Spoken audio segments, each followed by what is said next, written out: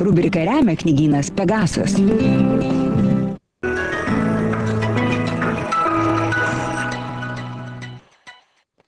Labas rytas, tik ką pabudusiems, su jumis labas rytas ir mes studijoje pasitinkame knygyno Pegasas konsultantę Dagnę Narvidaitę. Labas rytas. Labas rytas. Dagne, ką esate parengusi šiam rytui?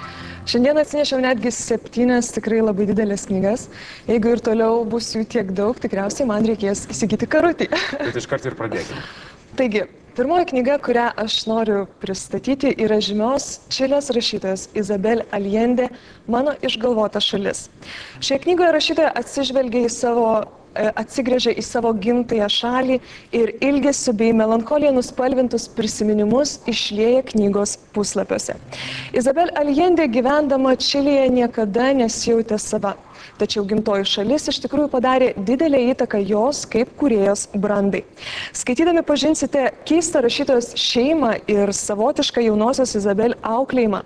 Patirsite Čilės svetingumą, o kartu ir čiliečių įžeidų užsispyrėlišką būdą.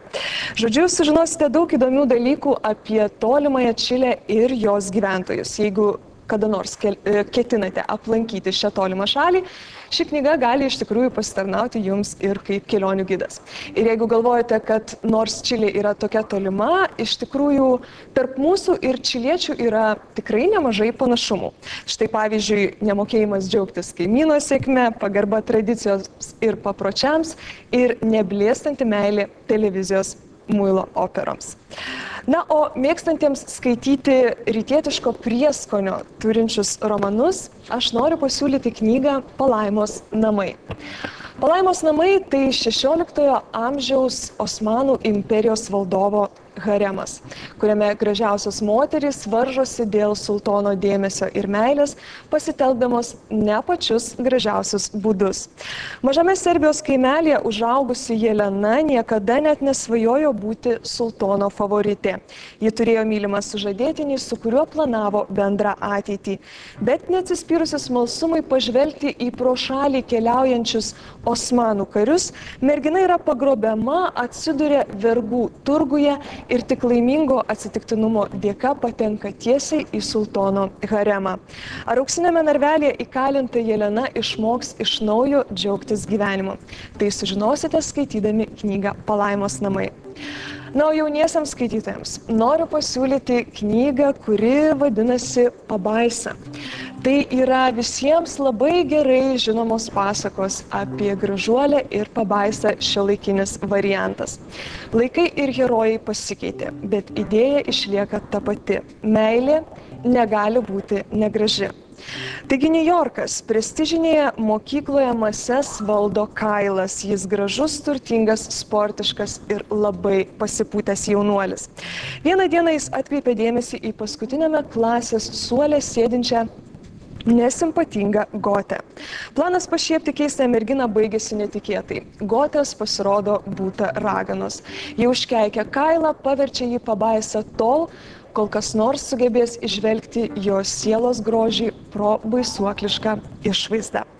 Romantiška pamokanti istorija, skelbianti visiems žinoma tiesą, kad mylimi esame už vidinius turtus, ne už gražų veidelį. Beje, knygos viršelį puošia herojai iš to paties pavadinimo filmo, kurį netrukus galėsite pamatyti ir mūsų kino teatruose. Na, o kita šio ryto knyga turėtų tikrai sužavėti televizijos serialo Hausas gerbėjus. Tai yra Hausas ir filosofija.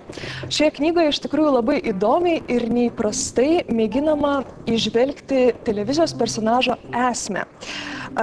Jo poelgius ir mintis susieti su įvairiomis filosofijos srovėmis. Knygos autoriai dėsto filosofiją Amerikos universitetuose, taigi galite tikrai tikėtis įdomių įžvalgų ir sąsajų. Hausas yra pats įžūliausias, ekscentriškiausias, genialiausias, sunkiausiai sugyvenimas personažas iš visų televizijos personažų, kurie tik tai yra sukurti.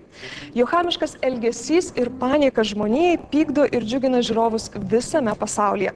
Ar gali Hausas būti Nyčės antžmogis, ar jis 21 amžiaus Sherlockas Holmsas, o gal modernių laikų Sokratas, nepaisantis autoritetų ir nebijant gebantis kalbėti garsiai. Visa tiesa apie Hausą naujoje knygoje Hausas ir filosofija. Na, o jeigu jūs norite būti savo kūno valdovais ir valdyti visus procesus, kurie vyksta jūsų kūne, jums padės naujasis sveikatos vadovas, tu savo kūno valdovas. Vienas knygos autorių vėlgi iš televizijos mums puikiai pažįstamas daktaras Ozas, kurio laida Šeimos daktaro patarimai yra rodoma ir Lietuvoje. Kiekvienas šios knygos skyrius yra dedikuotas atskirai žmogaus kūno sistemai, pavyzdžiui, širdžiai ir kraujagyslėms, virškinimui, jutimo organams, plaučiams, kepenims ir taip toliau. Ir juose išsamei aprašomi šių organų veikimo principai, jiems žalą darantis mūsų įpročiai ir gajus su mūsų sveikata ir jaunystė susiję mitai. Štai, pavyzdžiui, jeigu galvojate, kad šokolado plytelė tik tai augina svorį ir užkemša kraujagyslės, jūs labai klystate, nes šokoladas iš tikrųjų padeda gamintis laimės hormonui serotoninui, dėl ko mes jaučiamės iš tikrųjų pakiliai. Taigi, ši nauja knyga jums padės geriau pažinti save ir tai, kas yra naudinga jūsų kūnui. Tikriausiai kiekvienas iš mūsų esame susidūrę su situacija, kai tenka kalbėti viešai.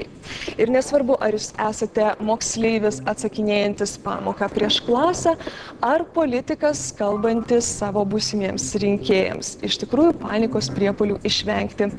Kartais būna sunku, drėksta delnai, džiūna burna ir pinasi žodžiai ir vietoj sklandžios kalbos. Na, pasipila visokiausios nesąmonės. Bet nebijokite, nes oratorystės menas yra įvaldomas dalykas, ypač jeigu jūs turite naująją knygą Oratorystės menas. Skaitydami ją, jūs išmoksite parašyti sklandžią, gerą kalbą, išmoksite ją teisingai pasakyti, o taip pat patobulinsite kritinio mąstymo bei kasdieninio bendravimo įgūdžius. Nes iš tikrųjų juk šiuolaikinėme pasaulyje ne kiek informacija yra galia, kiek mokėjimas teisingai ją pateikti. Na ir paskutinioji knyga šį rytą, kurią aš noriu jums pristatyti, šlovina pavasarį ir artėjančią vasarą, nes tai yra didžiulė, išsami ir spalvota sodo enciklopedija. Ir visiškai nesvarbu, kad pusė Lietuvos šiuo metu yra užklojęs sniegas, iš tikrųjų yra pats laikas pasirūpinti tuo, ką mes ketiname sėti, sodinti savo daržuose.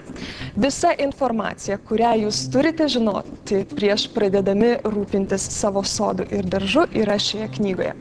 Visi augalai, daržovės, vaisiai, krūmai, medžiai ir taip toliau ir panašiai, taip pat jų sėjimo, sodinimo, priežiūros kalendorius. Žodžiu, ši knyga padės jums turėti patį geriausią sodą iš visų. To šiandien ir baigsiu. Ačiū už dėmesį.